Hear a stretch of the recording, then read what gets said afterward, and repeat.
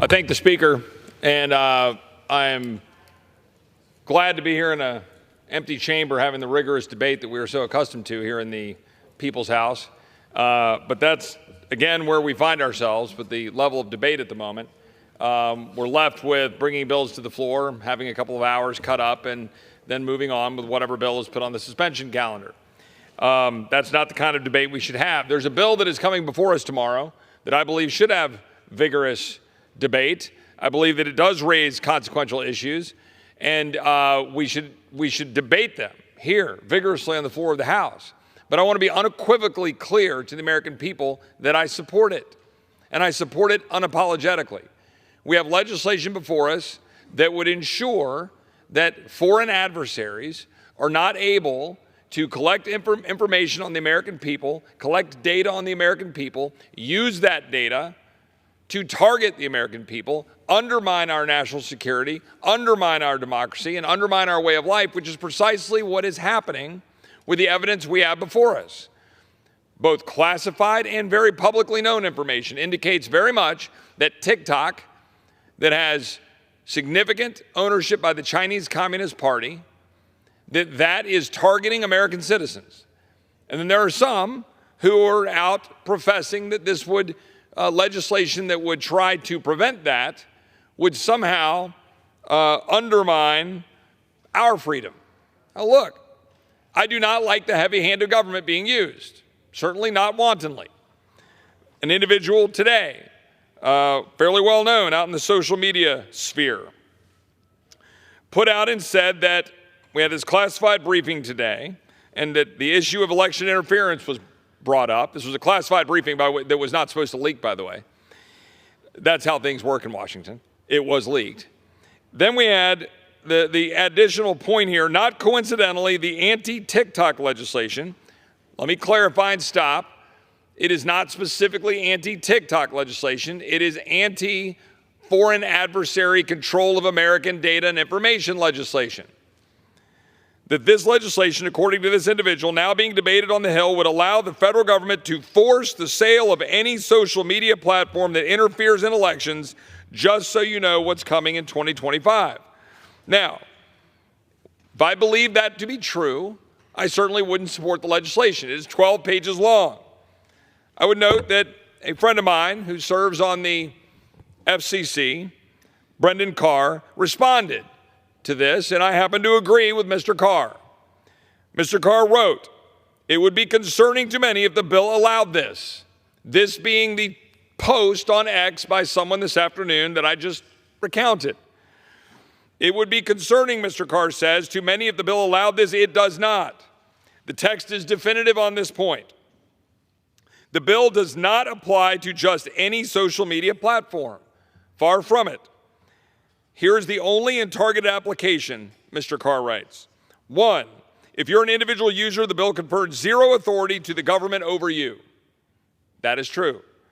2, the bill only applies to applications controlled by one of 4 foreign adversary governments previously codified in law by Congress: China, Iran, North Korea, or Russia. The bill is clear that it is not enough to merely have operations there or do business there. It must be controlled by one of those 4 governments. Number 3, even then, the bill only applies if the application presents a demonstrated and significant threat to national security. Control by one of 4 foreign governments alone isn't even enough under the bill. So you got to have significant ownership by these foreign governments. You've got to have a demonstrated and significant threat to national security. And then, number 4, only after public process provided and Congress reported to with a description of the specific national security threat. Every single one of those hoops and more must be cleared and met. It is very narrow. It confers no authority to go after any other application, even if someone were to allege that it engaged in election interference. What is happening here is a reflexive reaction and a sort of scaremongering tactic. Now, let me pause. I do believe this legislation should have full debate. This is also why I prefer legislation to go through the Rules Committee. This is also why I prefer legislation to be amendable, amended, debated, But this bill was passed out. It's trying to be moved so that it doesn't open up for the possibility of undermining the legislation that was very narrowly crafted with a 50-0 vote out of the E&C committee. Now, many of my conservative and more libertarian friends say, well, 50-0 vote gives me the heebie-jeebies and I don't like it. Well, you know what? That's my general default position in this town. But this is different. I want to be very clear. This is different than what I'm about to talk about in just a minute, which is the uniparty in this town that decides everything for you and is bent on whatever the defense industrial complex says and jams through spending bills and limits our ability to proceed. This is different because it is very specific and narrowly tailored towards the end of ensuring that Americans' data and Americans' safety and security are being protected. That's it. Now, it may not be perfect. Nothing this body ever does is perfect. But this bill was put forward to address that issue, and it is a giant step forward, in my opinion, to recognize the threat against our freedom and our liberty that the Chinese Communist Party poses to us, to our children, to our grandchildren, the extent to which they are using algorithms to undermine and focus on our kids. That's what they're doing. They are targeting our children. We know it. They are targeting our people. We know it. They are skewing the data and the results. If you do a search for China virus, now just my utterance of that word make my colleagues on the other side of the aisle's head explode. If you search for China virus, the difference between Instagram, which is hardly some paragon of like right-wing reporting, the difference in the algorithm response on Instagram versus TikTok, it's 400 to 1. The responses you get if you search for China virus. If you search for Hong Kong, I think it's 180 to 1. If you search for Tiananmen Square, I think it is 80 to 1. The fact is, you're getting demonstrably shaped information out of TikTok. And what most people don't understand, most parents at home while their kids are out using TikTok, and this is a parental problem, not just China, China is specifically limiting the information that kids can see in China. They're making sure that the kids in China see patriotic, pro-China, engineering, all of this stuff you want to try to have your kids see in order to make them into what you want to make them. In our country, we are allowing freedom to undermine our freedom.